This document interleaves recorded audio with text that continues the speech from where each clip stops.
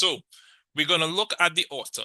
And by now, I would have given it away. The author is Paul, right? So I'm going to just trace through Paul's ministry, highlighting some points, not capturing everything. But, as we look now, we see the main theme of the book. We're now going to contextualize who is the author. And the author is Paul. So we're just going to get some background into who Paul is, right? Um, some of these things you might know, I learned a lot in actually putting this together. I just want to put a caveat here. Some of the material was grabbed from different spaces on the internet. You all know I got a lot of my material from Bible Talk TV, but I also pull some other information from some other sources. Right? So I'm going to start with, so we have Paul here.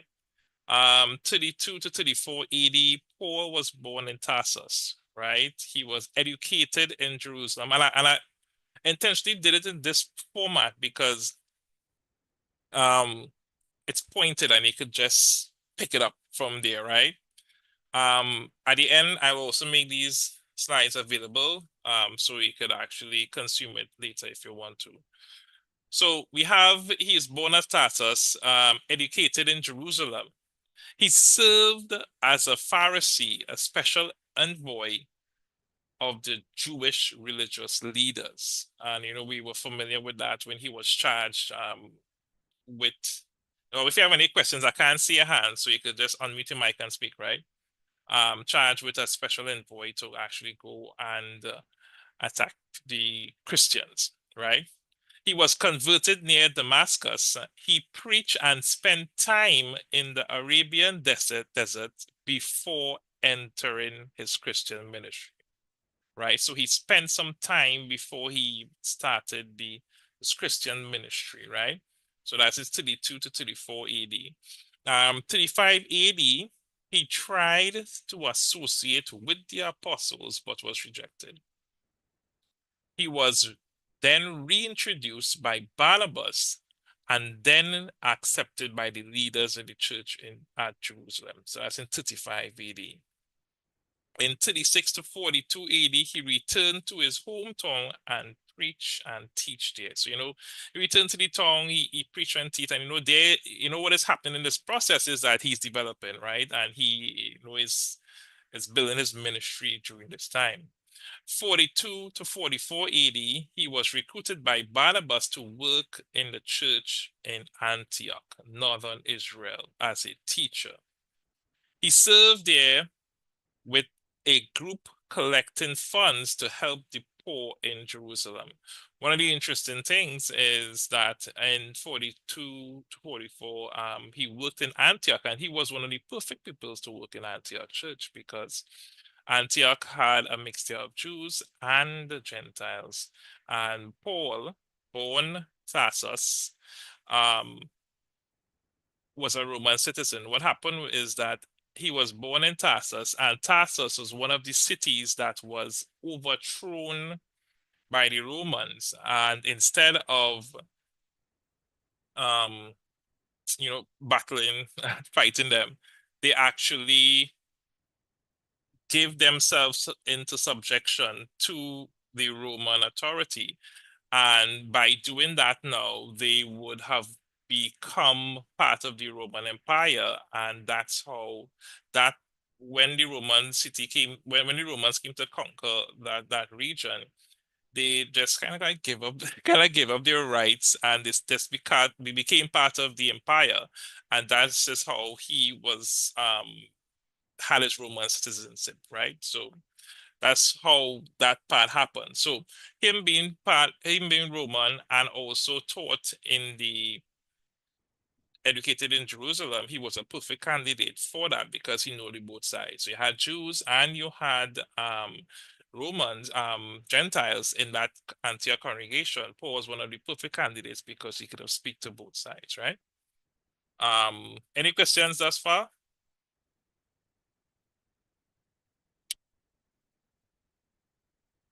Right. So let me just minimize this. Right. So 45 to 57 AD, He was chosen by God and sent by the church in Antioch to preach to the Jews and Gentiles outside of Israel, right?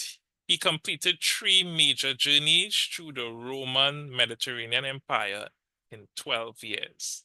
He returned to his hometown and preached and teach, right? So that's in 45 to 57 AD. Around 58 to 60 AD, he was detained in Caesarea for 2 years, awaiting the outcome of hearings based on the accusation of sedition by the Jewish leaders, right?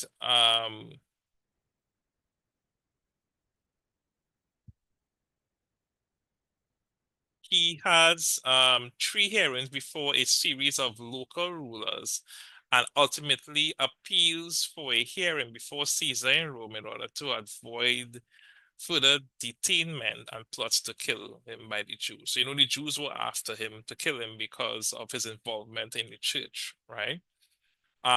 In 60 to 61 AD, he has a disastrous trip by sea that ends in a shipwreck. But Paul and the crew are saved. He eventually arrives in Rome and is placed under house arrest. We all familiar with that shipwreck, and he was on the island. I can't remember the island name right now. But he's placed under house arrest. The interesting thing in the house arrest, or even being arrested um in Rome, is that Rome, just a caveat, did not have much jail, so the jails weren't big because the Roman Empire was so large that literally there was no really space to run, right? So how it worked is a point in time when Paul was arrested, was under arrest, he literally had a guard that was just around him. And that guard duty was to make sure that whenever the king calls or whoever calls for Paul during that time, he needs to get Paul in time to in front of that king so that he could be heard. Otherwise, if he doesn't get him in time, he could actually lose his life, right? So I was just interesting caveat there that they really had no set of jails or big jails because the area was so large. Literally, you just have nowhere to run. You're a part of Rome, you'll see you. You're there. You understand? And that is a thing. As I was reading, I was researching that, right? So knowing that it's good to know some of that backstory so you could now see context in terms of yes, Paul was in prison, but what does that prison look like? I mean, um when he was under house arrest, what does that mean in that time? What so we might see prison and see it a certain way. The movies might show it a certain way, right? But as you dig into the history, it might be a different point perception than what we see, and it can now add to how we interpret the scriptures now, knowing that how he was imprisoned is different than how we would have naturally thought prison to be, how we know it, right? Um, Just moving on here slightly. 61 to 63 AD, ultimately Paul was moved to a prison in Rome while awaiting trial hearing before Caesar in order to defend himself against the charge, right? And the insurrection and conspiracy. It seemed that after these 2 years, he did plead his case and won his release. So, while he was in prison, he received many visitors and fellow workers who he taught and directed. He was seen even successfully in evangelizing many of the servants and the guards in the Caesar's household, right? And that was corresponded in Philippians 4:22, right? So it just shows me one thing that sometimes we are in our situation and we so enwrapped in our situation at that point in time. We don't see the need to sometimes take and make every aspect of our life, every situation as an opportunity to do God's will. And although it mightn't be the circumstances that we envision prison as, however it was a restriction on Paul's life. But yet within that context, he was still able to see and evangelize and convert people are wrong, and that shows a great testimony in that wherever we are as Christians, we can make a difference. Whatever situation, it could be in the hospital, it could be on a hospital bed, and the nurses come in and check you, the doctors come out, you just tell them something about Jesus. You're in school, you're on work, you're at a home, in a phone call. It's so awesome that we as individuals, um, we could wrap and shape every conversation into a conversation about Christ. You could be talking about what, and we could bring that back into Christ, because when our life is so centered on Him, everything we see Him in it. So it was just amazing to me that Paul, he could have been in jail and, oh my gosh, I'm arrested, I don't know what will happen, and he holding his head and all of this. But yeah, are you taking this opportunity to evangelize, and he is spreading God's word? And we could learn so much from just that fact, that no matter where we are doing God's business, just like Christ. When he came down, he's on his Father's business, right? And that's the example set. So, 64 to 67 AD, some scholars believe that this was when Paul was active in strengthening these churches, and he wrote the first letter to Timothy and Titus, right? It is claimed that Emperor Nero orchestrated the burning of Rome and later blamed the Christians for the fire, leading to their persecution as a result. So I know some of us might be aware of this, some of us might not be aware of this, but Emperor Nero, it is stated that he loved um, architects, he loved to design and rebuild. And one of the problems was Rome was already built. So he, in order to build how he envisioned it, he had to make some space.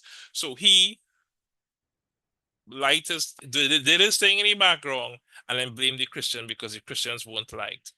And that started the persecution as a result. Now, it's to note that the persecution didn't happen all at once, it was over a period of time. But Nero started it, right? It was during this period of persecution that Paul was rearrested, not for the insistence of the angry Jews, but as the recognized leader of the religious group who had allegedly burnt down the city of Rome. It is said that during that time that while the city was burning, Nero was playing his fiddle, right? Because he was a fiddler also, and but he wanted the space so he could have redecorated how he wanted, and sometimes we get it. Even within our context, you're on work, you innocent there, but